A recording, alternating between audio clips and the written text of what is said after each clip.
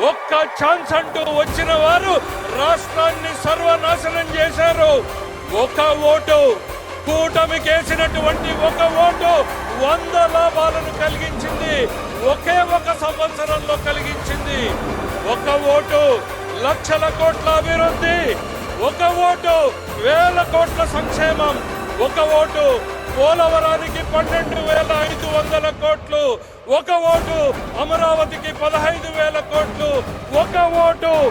విశాఖ ఉక్కుకి 11,450 కోట్లు, ఒక ఓటు విశాఖకు రైల్వే జోన్, ఒక ఓటు నేషనల్ హైవేస్ కు 70,000 కోట్లు,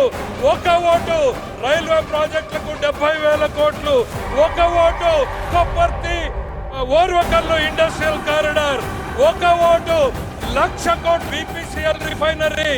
ఒక ఓటు 1,00,000 కోట్ల ఆర్సిలర్ మెటల్, ఒక ఓటు 16,000 DSC ఉద్యోగాలు,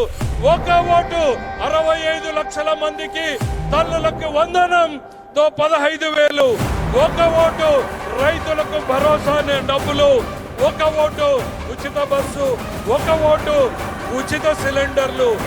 ఒక ఓటుతో ఇప్పుడు